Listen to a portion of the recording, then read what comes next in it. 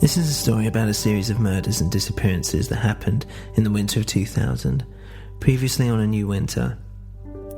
Dewbridge laughed. Mr. Tooley's behind something, alright, but he's just a small part of the puzzle.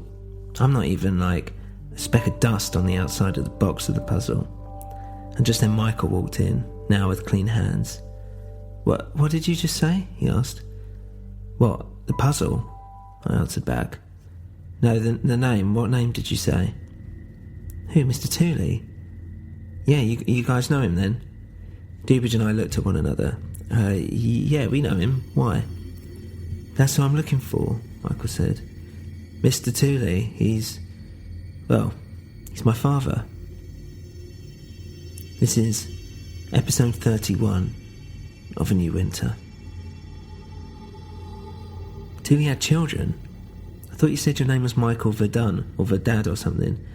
Yeah, Verdun. Yes, I changed my name once I ran away from here. I became, my own man. That's why I came back, to see my mum and my brother, if he's still about. Okay, so this must have been a long time ago, Dewbridge asked. Yeah, probably about 30 years. And you had a mother? Of course, don't everyone? Dewbridge looked puzzled. This is, useful, I guess. Useful how? I asked. Dewbridge didn't answer. Instead, he just got up and said, let's go. As he walked out the main bar, I had flashbacks of seeing the Madame here, dying in front of us. Of Nicola. Dewbridge took a peep through the letterbox. Yeah, still there. Looks like some media people now as well. I guess they wanted this one to come out. Well, what happens now? Michael asked. We just walk out, he answered. You what? We walk out. If we sneak about looking shifty, it's worse. Believe me, we're far away enough for it to be no matter. We just walk in the opposite direction. Now the media are here, they'll be focusing on that anyway, just out of natural. With that, he opened the door, and we walked out, letting the door just slam behind us. Dewbridge started talking. So seen anything good on TV lately? What? No, Michael answered. Don't just make something up, so it just looks like we're talking. Talk about anything, Dewbridge said with a smile. Won't they recognise you? I asked. Not if we keep walking and facing away. Jesus, you two would never make MI5. We walked a safe distance and Dewbridge took us to one side. We need to split up. I want you to both meet me here tomorrow, same time. Neither of you be late either. I think we've got a lot to discuss. And with that, he walked off. I looked at Michael, who couldn't have looked more confused. What just happened? He said. Look, let's just go our separate ways for now. Find another hotel. I'm going to try and find somewhere to rest. I'll see you here tomorrow. And I left him. To be honest, I thought it was a hindrance. It wasn't going to help me get any answers about anything. But the fact that he was Mr. Tooley's son, not sure whether he's adopted or not, but I could use that against the man if I needed to. Now that Jackie was dead, it just made everything more confusing. I mean, who would want to kill her? Perhaps was it the same person that killed Kate? I took a walk. I had to think about it. The conclusion I came to was that there has to be more than one killer. The stock wheels and now the old house. That must have had the same killer. I mean, perhaps that creature in the woods with the mass grave. And there's the death of Henry the German, of Jackie.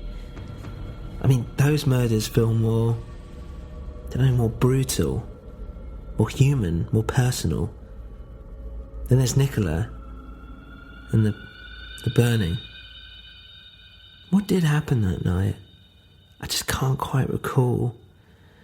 And those files, all those past disappearances and murders just locked away in those cabinets. How has this gone on for so long? Where would I go next? I just needed to keep my head down, at least for the moment. There were still people here after me, but there was one place I could try and go. One place I could stay and perhaps try and find some answers. And that's the forest. Back to where I heard the laughing.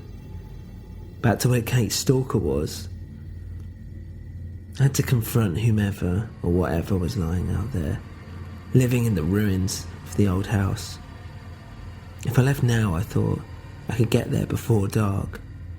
And so I walked through the snow in my nice clean clothes that belonged to Michael. And as I walked, I wondered if I'd still know the way. But something inside me, like a homing device, was just leading me there. As I walked further, I noticed the tower in the distance, pointing up to the sky. I wondered if it could hear my thoughts, if it was listening to all our thoughts. And as I approached the forest, I felt it loom over me again, trying to intimidate me with its grandeur. But I felt more confident this time. I felt like I could conquer whatever was inside there. In between the branches, this monster in the forest, the one Tooley was so afraid of. I walked in and continued forth, each stride as focused as the next. The light was starting to fade now, the sky turning a dark blood red. The shadows felt more forthcoming, creeping from out of the darkness and growing in strength as the time passed. I could feel a sense of getting closer to my destination, and then from out of nowhere, I saw a huddled figure in the distance. It looked like someone crouched down, with a grey blanket covering them, in the middle of the thicket in the snow. It stood out like a sore thumb. I walked slowly towards it, and I became very aware of the sound of the snow crunching under my feet. As I approached it closer and closer, it looked smaller than an adult. It looked as if it was like a child hiding. I was now right in front of it. It hadn't moved an inch. I had to see what was underneath. I carefully held out my hand and in one swift move threw off the blanket, revealing a small pile of rocks. I then felt a presence behind me, but before I could turn around, I felt the ground beneath me give way, and I was suddenly thrown up into the air. I was in some kind of snare, a trap. For a moment I was disorientated and wasn't sure what was happening. The trap was a thick rubber material, impossible to see through. I suddenly got claustrophobic and began to fear for my life. I wriggled around, but my movement was limited. I didn't have anything sharp enough to get me out. Shit, I thought, I'm stuck. Then I felt that presence again, this time from outside the trap. It was circling me. I couldn't hear any footsteps, but I just knew. And then a voice arose. "What are you doing here?" it said. It was a man. Gruff, like he hadn't spoken in a while. "I'm looking for someone," I said. "Who?" The man in the house with the grave out back with the bodies of the kids. I didn't kill him. Kill who? I asked. "The kids. I know what you're thinking. I didn't kill them. I was saving them." "Saving them from what?" "From the village. From Robert." Who's Robert?" "You remember him," the voice said. "Bob the Bear. Robert." I don't know what you're talking about." "You do," the voice shouted. I remained quiet and the voice seemed to settle. "You do. He needs them, the children. Feeds on them. Helps us." "Helps who?" I asked. "Us," the voice shouted again. Okay, sorry, it's just, I don't know what's going on." The voice sighed. Same old story. You're so pathetic. I'm left out here, and you're out there, living among them, being one of them, living the good life. Couldn't even let me have Kate, could you?" "Kate? You knew Kate?" I said. "Of course I knew Kate," the voice said. "We both did. I had to watch her with you, knowing who you were, and you knowing I liked her, I'd always liked her." "How would I know that?" "I'm sick of these games. What do you want?" What I don't know. What did you kill Kate?" I asked. The voice laughed. "No, never. I don't do that. Robert, that was probably his work, you should know that. I doubt he actually did it himself. Okay, well, do you know who's next? Do I know who's next? Of course not. I never bloody do. You expect way too much of me. Let me ask you a question. You tell me. Do you remember nothing of me? I don't even know who you are, if that's what you mean. The voice sighed. Oh, well, this may be the last time then. Robert won't like that. You should stay away from him, I think. Stay away from here will probably be the best bet. I felt like he was about to say goodbye, but it wasn't enough. Wait, I said. Please wait, I need help. I feel like I'm losing my mind. That's because, the voice said, that's because you are. I don't know, what should I do? You have to help. Oh, Dr. Carver. He might be able to help you, the voice said. I've seen that name before. Under the house in some files. Where can I find him? Where can you find him? Where do you think? Where all doctors are, the hospital. Just don't come back here. Ever, the voice said. Thank you. What's your name? I asked. But there was silence. Hello? Nothing. Then all of a sudden I dropped from the air onto my arse and I cried out in pain. But perhaps it was more from the shock. I got myself free of the trap and looked around. Nothing. Nowhere. The presence, the voice, was gone. I was surrounded by the darkness, but at least now I had another step to take. I had to find the doctor. There was something wrong with me, clearly. And maybe he could help. But as I walked away, I noticed a light in the sky. A blue light emanating from the sky down onto me. I walked further on and I saw the tower. The bright blue light was coming from the tower in the sky. Then all of a sudden, switched off. I stood still, staring in its direction. Was that someone watching me? Listening? Did they hear that conversation? I had some answers at least. That's if the voice was to be trusted.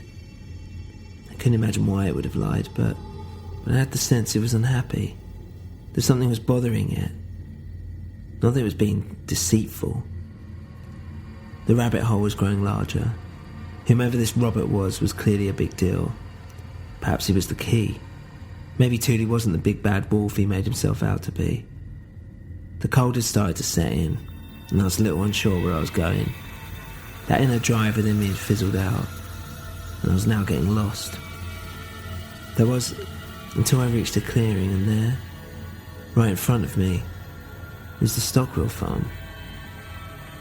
Except this time, standing outside their house were about 100 or so dark figures. Like a small army waiting for battle and holding up flaming torches. As I got closer, I saw they were the masked ones, naked with those strange skull-like faces, and they were completely silent. What were they waiting for? Me? I stood still and waited, but nothing. They didn't move, and neither did I. Had I been standing in the snow, naked at night, I would have been freezing, shivering, but this lot seemed used to it, like they couldn't feel a thing. I could see they were alive. I mean, their breath was floating up into the air. I started walking towards them. Something compelled me. Then I could hear their breathing. It was guttural, deep but fast. Then I realised they weren't looking at me at all. They were facing the Stockwell house, but their masks had been pushed to the back of their heads. As I approached them, they did not turn around. They still did not even move. I squeezed in between two of them and looked at their faces. They were human, but I didn't recognise them. But not only were they breathing fast, their eyes had rolled up into their heads, as if they were having some sort of silent fit or some kind of trance. They didn't acknowledge me in any way. I looked onwards through the crowd and decided to head for the house. I pushed past the bodies, still unmoving, still standing.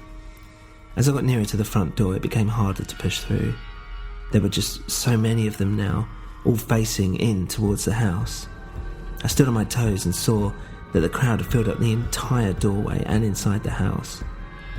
I shoved my way through and made my way inside. They seemed to be facing the lounge. With all these bodies huddled together, I actually started to get hot. Soon I was sweating. My breathing started to quicken as well. I was panicking. The bodies were getting too much. But as I pushed into the lounge, it was near empty. And the first thing I saw was the back of someone, looking down at some strange creature. "What's happening here?" I said. And the figure turned round. And it was Mr. Tooley. "Ha," he laughed. "Just when I think again that you're perhaps beyond hope, you surprise me yet again." "What's going on?" I asked, pushing through to stand right in front of him. "Well, the fact that you're asking means that you still need help. To push, maybe. Well, we'll look into it. Tell me, did you enjoy seeing your parents?" "They weren't my parents." Tooley laughed again. No, you're quite right. But we did have to try, didn't we? You do seem to be hanging in there." "What do you mean? Are you getting headaches? Are your memories starting to feel a bit different?" "Yes," I said. "Yes, that's exactly what's happening." "What have you done to me?" "Us? Nothing. In fact, we're hoping to make you better. We truly are. You just have to accept what's inside you, like we all do. You have to accept what you've truly become." Just then, whatever was behind him began to stir. "Well, looks like you're just in time," Tooley announced. Stepped to one side. There on the floor I could see what looked like some kind of pulsating slug-like creature, pure black, writhing in its own juices. It didn't give off a noise, but was wiggling around, like it was in some kind of distress. I was speechless, but Tooley just kept looking at me. "I'm glad you're here, you know. I'm glad that you can see this for yourself." "What am I looking at?" I asked. And then I started to notice that the slug was bulging in different areas, almost as if someone was pushing from inside. Then the skin tore, and out poured this thick black liquid all over the floor. It stank. I jumped back out of the way. "I think you're going to like this," said Mr. Tooley with a big grin, and he started to dance around, humming a little tune to himself. And there, curled in a ball, lying within the loose skin of what was the slug creature, and covered in this black, horrible ooze, was a human. In fact, it looked like a naked woman. I felt my breath stop. That hair. I only knew one person who had hair like that. Mr. Tooley gave a little clap. "Here she is," he said. And the woman stood up and looked at me. And there, in front of me, was Kate Stockwell.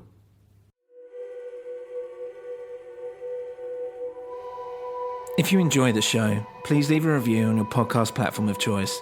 For more info, including how you can support the show, please visit anewwinter.com. Thank you for listening to A New Winter.